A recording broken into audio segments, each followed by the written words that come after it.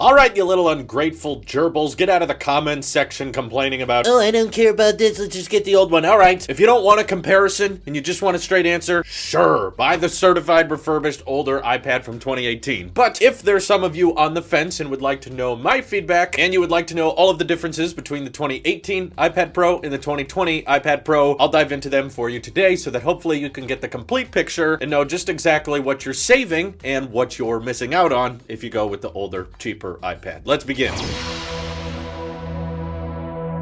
Most noticeable difference, of course, is that camera, because the designs are not changing very much this year, but for the record, you should not expect iPad Pro designs to change very much for the next few years. Yeah, Apple doesn't care that you love putting your iPad on your favorite couch and sitting on it all the time. It's not bending enough for Apple to consider it a major issue, so sorry. The durability of the new iPad Pro is not any different from the old one, and if you take good care of your tech, you should have no problem with that at all. But the camera arrangement on the back grants you access to an ultra-wide lens that is capable of shooting 4K at 60 video. Yes, it is 10 megapixels, so it's not quite as good as the ultra-wide on our iPhones, but an option that was there nonetheless, and it wasn't there before. And honestly, after testing out the ultra-wide on this iPad for a while, it's made me kind of see the standard lenses very, very cropped in a way. I'm kind of trying to default to the ultra-wide now anytime I open the camera on this thing. But cringy Facebook moms aside of, you know, taking pictures with an iPad, it is an excellent viewfinder to have a display this large when you're taking pictures and videos, so an improvement nonetheless, I appreciate. And of course the Lidar scanner, which at this point is pretty much only good for augmented reality stuff. But I will mention, the augmented reality differences are noticeable. It's especially good at masking out your hand or any objects that come in front of the AR object, but the more interesting part about it to me is how it registers when your hand is behind the augmented reality object. And there's been several times I've used those like look at object in AR demos, and I'll be toying around with the angles or I'll be changing things, and then for a second I will just reach out and try to touch the object even though I know it's not there. It's not there, Drew. You gotta stop listening to the voices! But either way, it does make a noticeable difference, and I personally believe there will be more functions and features for the Lidar scanner in time. They just don't want to give the iPad Pro any photo or video exclusivity that the iPhone doesn't get, because they want developers to know, hey, this Lidar scanner helps a lot with AR, but yeah, I'm sure once the iPhone gets it in the fall, it'll probably have some exclusive features that come along with it as well. Probably things like video bokeh, or just improved portrait mode photography, things rendering in real time, rendering better. It's an improvement. It may not be an improvement you care about, but it's there. The microphones have also been improved on the new iPad, but honestly, the old iPad Pro microphones aren't bad, so I don't think that's a great reason to spend the extra, $250 on a new one. But some longevity tech specs may be a good reason for you to spend the extra $250 on a new iPad instead of going certified refurbished, because we can now confirm that all the new 2020 iPad Pros have 6 gigabytes of RAM standard. They have Wi-Fi 6 and improved LTE connectivity, so if you care about having the fastest Wi-Fi speeds possible, and in the future, I think it's very possible we could get even more macOS-like functionality brought to iPadOS in June. Maybe having more RAM could end up being a bigger deal than we think it is. So if you end up going with a certified refurbished iPad from 2018, if you're not getting the 1 terabyte storage configuration, you're gonna have 4 gigs of RAM, which for iOS, and iPadOS, that's fine. It gets the job done. And at this point, I don't think there's anything you can't do with 4 gigs of RAM on the iPad that you can do with 6 gigs of RAM on this iPad. But who knows? If they add some functionality to iPadOS that gives it more access to Pro applications, if they're working on Final Cut or Logic or something, I feel like they are, but I could be wrong. There's no leaks or rumors to suggest it. I just think if they're releasing the trackpad and keyboard before June, they must have something big they want to announce at the conference, right? So maybe the 6 gigs of RAM will end up being more important for you. But also, if you get that $550 cheaper 2018 iPad Pro, you're probably getting a default of 64 gigs of storage, whereas this has 128 by default. So storage is doubled and the RAM has improved by 50%. And also, before you say that the A12Z chip is identical to the A12X, it's not. It just does not have a higher clock speed, which for a lot of people, that's all that matters. But it's very easy to forget that these A series of chips are not just CPU performance, it's also about GPU performance. And with the A12Z, Apple realized, hey, we should prioritize sustaining high performance for longer periods of time and improving GPU capability rather than just make the already insanely high clock speed of the A12X even higher. So a lot of people feel like they shouldn't upgrade because the CPU performance is the same, but in all honesty, I think it's perfectly reasonable that Apple did not increase the CPU performance because no one was complaining about that in the first place. No one was like, oh, the A12X chip is just too dang slow. I wish we had an A13X chip. Then I could finally edit all of my 8K at 60 videos. Yeah, no one was bringing that up, okay? So if no one can beat the A12X chip, like no one else in the ARM architecture is able to top that performance, why would you need to then go higher? Why do you need to do that if you can just focus on making the insane speeds it already has prolong and last a lot longer, and yeah, boosting GPU performance on the side, which this did in Geekbench score much closer to 10,000, whereas the 2018 iPad Pro, that scored closer to 9,000. So it's not identical. They're just prioritizing other things besides the CPU benchmark because no one was complaining about the CPU speed, so why update it? But yeah, outside of that, I mean, you have a few other things like the ultra wideband chip, which the new iPhones have as of 2019, but there's still no features that really take advantage of it right now, other than just being able to, you know, point your device at another device to prioritize AirDrop functionality. But I'm sure there's more features coming to the ultra wideband chip, likely related to AirTags once those become available. So there's a lot of exclusive features this iPad I think will probably get once other stuff comes out, whether it's Lidar capability or ultra wideband support. Like, there's other things coming, but yeah, in its current state, I would completely admit that anyone with a 2018 iPad Pro already, you really don't need to update to this one. There's very little differences. There's very little reasons, unless you're like a diehard Apple sheep that cannot stand having a device that's not the latest and greatest. That camera bump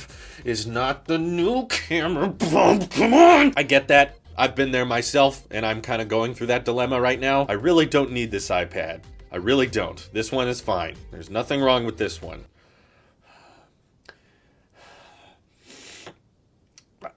But of course, the good news is that that Magic Keyboard with trackpad case that everyone wants to get as soon as possible, and it's still not coming out till May, which sucks. Yeah, that's compatible with the old 2018 iPad. So if you want to have that keyboard and trackpad case, you are not required to buy this one at all. Apple Pencil support is still there, so that hasn't changed. The displays are identical. It's still 120 Hertz. It's still True Tone. It's still LCD. And I'd honestly be pretty cautious recommending any of you guys wait for the next iPad Pro that could be coming at the end of this year. For one, the leakers and the analysts that are saying that the new iPad Pro is coming at the end of this year, they're the same guys who said this one was coming out last October, so they were way off on their timeline. They could be wrong again, or they could end up being right, but if they end up being right, I don't think the differences are going to be very major, because all that's rumored for the next one is 5G support, which means it's going to be more expensive. Do you want to wait around for half a year just to pay more for an iPad? And that's a cellular option, so it's not even going to be a standard feature. And the A14X chip, which again, there's very little functionality and there's very little limitations when it comes to the A12X and Z chip. So there's no software developers right now that are like, man, I want to bring this app, I want to bring this program to my iPad, but the CPU and GPU just suck and they need to be better. That's not really the case right now. So waiting around just for a slightly better CPU or to pay more for a 5G iPad, I don't think is going to be worth it. And if you're talking about the mini LED iPad, which again would just be a dynamic range boost, it would not change the fundamental look and feel of an iPad. It would just happen to have better color accuracy. That rumor is for 2021, not 2020. So if you're willing to wait around another year, yeah, I mean, sure, there will probably be new iPads by next year. But if you have not bought a 2018 iPad Pro and you're in the market, considering the upgrades we got out of this one, it could be decent for a lot of you. But absolutely keep in mind that certified refurbished option, because you could save a lot of money that way. And let me know which iPad you would go with by hitting me up over on Twitter and joining my Discord. But realize I'm saying that to be polite. I honestly don't care, and I don't want to hear from you that this one isn't worth it. So please stop talking to me, okay? This is your Alp Sheep here. I'll see you in the next one.